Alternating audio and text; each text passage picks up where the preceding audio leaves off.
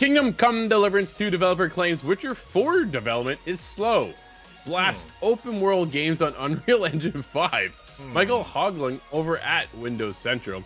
In an interview with 11 months ago, the co-founder of Warhorse Studios, Daniel Vávra, was asked why he chose CryEngine to power Kingdom Come Deliverance 2 versus something like Unreal Engine. Quote, at the time, nothing else could handle it like this.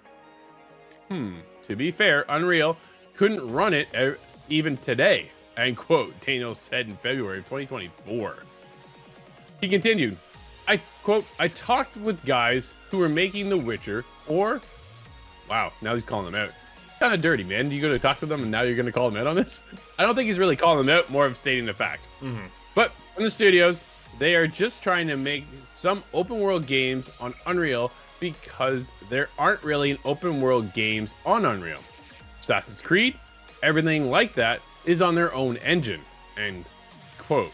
Right? They're on the Anvil engine over there at Ubisoft with Assassin's Creed. Quote, CD Projekt Red just switched to Unreal, even though, in my opinion, they had a good proprietary engine. Dude, they had a solid engine by the time they were able to fix Cyberpunk, right? I think that was the biggest thing. I talked to someone whose name I obviously can't say, and I said to him, so, how about Unreal? Great. We already have pieces done, like some landscapes. And I said, well, what about the open world? Not yet. When did they announce it? A year ago or two? And still doesn't work. Yikes. Now, again, this was 11 months ago when Daniel gave that interview, but what he presented is a bigger problem in the industry. One that more and more gamers have been continually bringing up. That is the Unreal Engine a problem? Game series like The Witcher aren't only ones moving to Unreal. Halo recently announced the shift from Unreal to Unreal Engine 5 after spending millions on the Slipspace engine. That's their own engine. While Unreal Engine has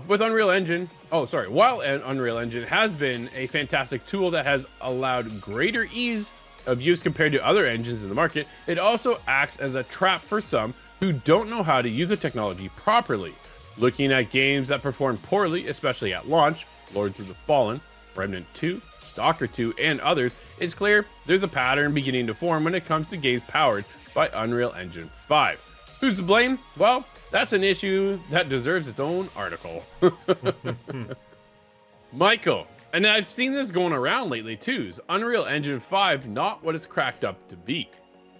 I mean, yeah, we talked about this when Kingdom Come Deliverance 2 came out, when they said that, hey, the Xbox Series S was actually good for us, right? Because it felt like a lot of those games that struggled on the Series S were in that Unreal Engine, right? And it was almost like, I wonder if Unreal Engine is to blame. We've talked about even with Unreal Engine, right? There's been games where, man, they look amazing.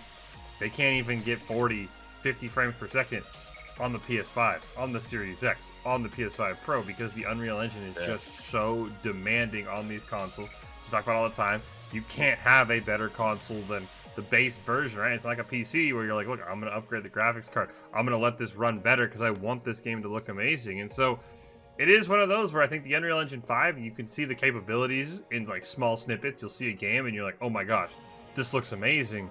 But it seems like, Drew, we're almost sacrificing quality on consoles for quality, potential quality on PC. Because again, not everybody has a high-end PC that can run Unreal Engine 5 at its highest either. So it's almost like they're sacrificing for the very top of the line PCs.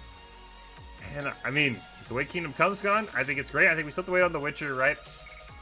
Who knows how that one's going to go. Halo will be a great test as well. If the next Halo game runs terribly, it's like, man, why did you switch off of Slipspace? So I'm wondering if Unreal Engine 5, I think Vávra might be right. It's more of a bait of like, look how amazing it can look. But the problem is 70, 80% of the population is never going to get it to look like that. Yeah, that is it, right? I think, is it a matter of time before developers really understand Unreal Engine 5 and its full potential? How long is that going to take? Now, granted, going to where Vávra and the Warhorse Studio went with CryEngine, they also modified the crap out of that engine to make it work for them. So that's also something to keep in mind, right? Could developers go in and modify Unreal Engine 5? Absolutely. There's a bunch of other plugins and opportunities to do that. Maybe that's what's needed for the open world aspect. That's why development is going so slow for The Witcher 4. because people still don't quite understand, I think, the full potential or even the technology behind Unreal Engine 5.